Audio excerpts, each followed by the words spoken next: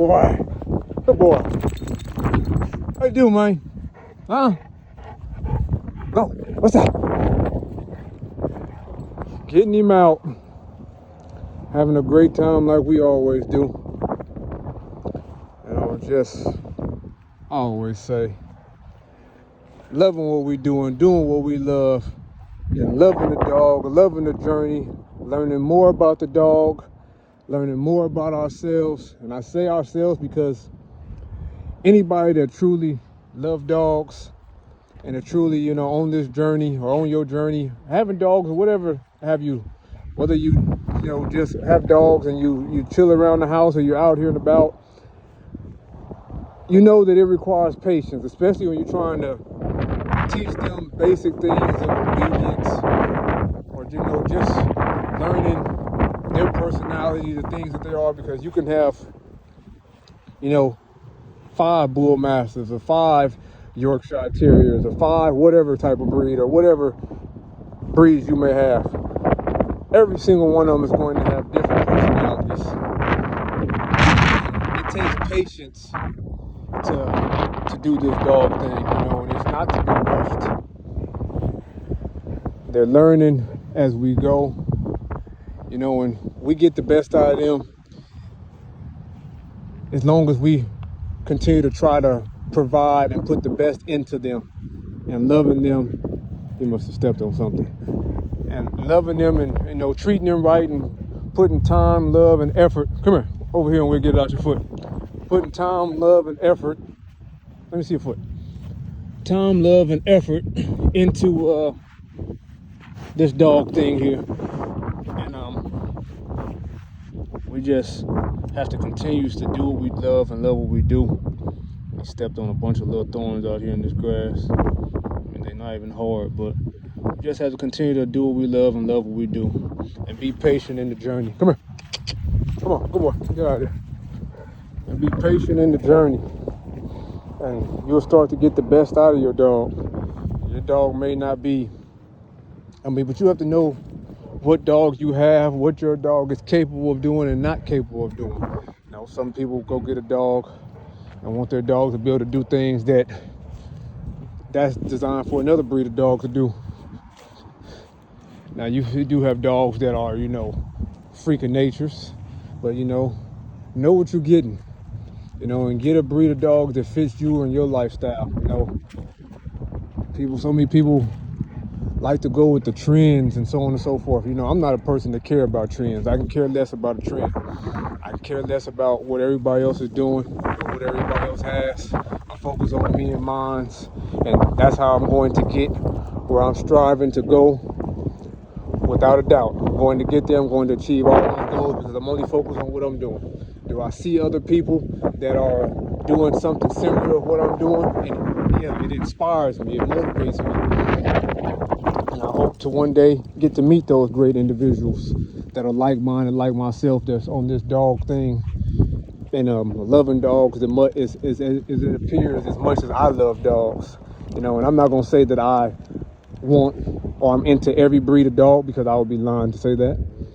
I'm mainly into Mastiff type breeds, and I also love American Bulldogs as well, because I grew up the Johnsons, John D. Johnson bloodline.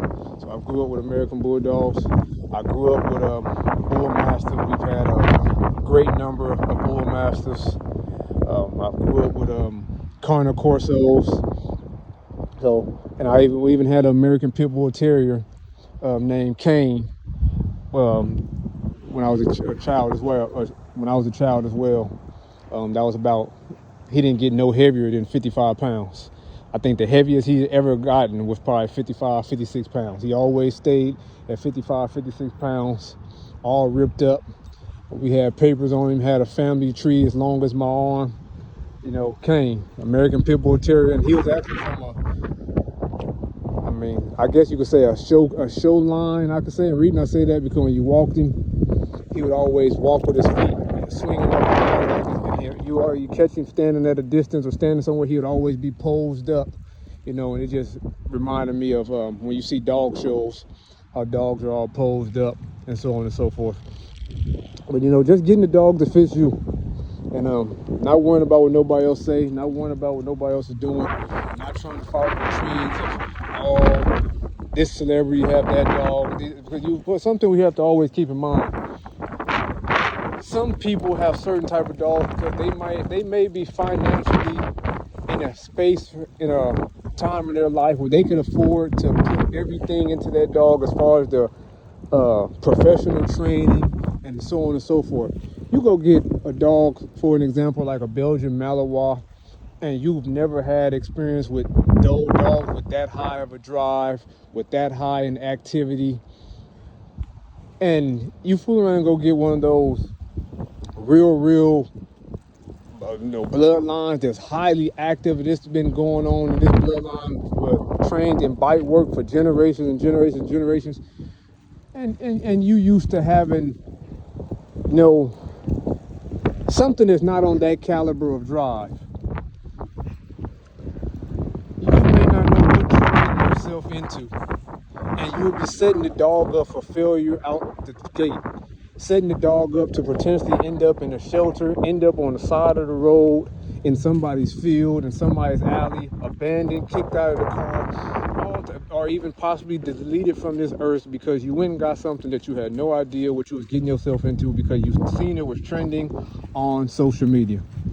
Leave that social media stuff alone. There's nothing wrong with looking at it, but don't allow it to make you make a decision that you shouldn't make and getting a dog that you shouldn't get.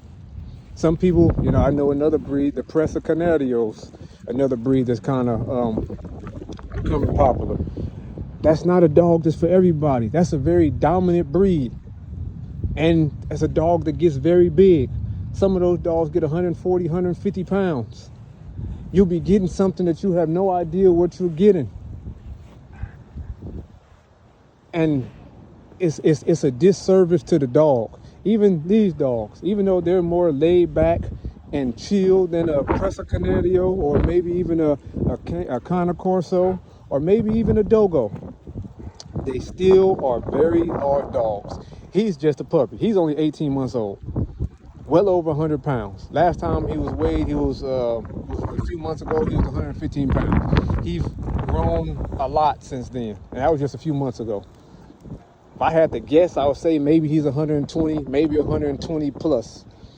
And he's still growing. His father was 140, 43, 144 pounds. His mother was over 100 pounds. That's still a lot of dog to deal with. He has stubborn ways sometimes. But he knows who runs the show. Just get what you... Not saying you have to go get a small dog. I'm just saying be responsible in what you get. And don't ever just go get something because you think it's trending and because you think it's a cool looking dog or he was a cool looking puppy and you have no idea this dog in a year and a half, 2 years from the time you got him may tip the scales at 140, 150 pounds, some even larger than that if you talk about, you know, the African Borbals or English Masters and so on and so forth.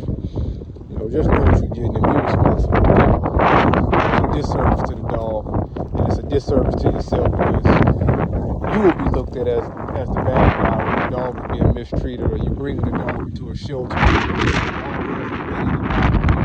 wrong with just too much dog for you to handle because you went and got something because you thought it was trending and you know you didn't need it in the first place. Just food for thought, you know, and thought for food. Chew on that, you know, absorb it, you know, take it as you will. I mean, people gonna still do what they want to do at the end of the day, but it's the dogs that suffer at the end of it all, you know. And some people even go get a dog and you can't even hardly feed yourself, but you're trying to feed a dog. This dog right here eats 3 to 4 pounds of food every day. He only feed him once a day, and as you can see, he's not missing any meals. But at the same time, as you can see, he's not fat either. And for all who have been following my channel and who be watching me, know that he goes on 3 to 4 mile walks all the time, and he does it with ease. You know, I feed him once a day, 6 days a week, because on Wednesdays I don't feed him at all. That is his fast day. He doesn't eat not anything, not even a snack. I don't give him anything on Wednesdays whatsoever. I've been doing that with him for a while. Been feeding him once a day for a while. Now, and as he continued to grow and get a little older, the only reason I feed him so much is he's so active, because I walk him so much, and my wife. You know, and like I said, I like to see, I don't know if you can see it, but you can kind of barely see his ribs. And that's how I like to have him built. Where he's fit and lean. I don't want him to be bulky and fat and can't walk and so on and so forth, because that's not my lifestyle of just sitting around and being lazy. So I refuse to let that be his lifestyle, even though he would be cool with that, just sitting around at times, but no. But moral of the story is, let's just be responsible, know what we're getting ourselves into, and do your best by loving and taking care of the dog and learning from them as well as we learn from ourselves. Until next time, better to breed. Love what you do what you love. Out.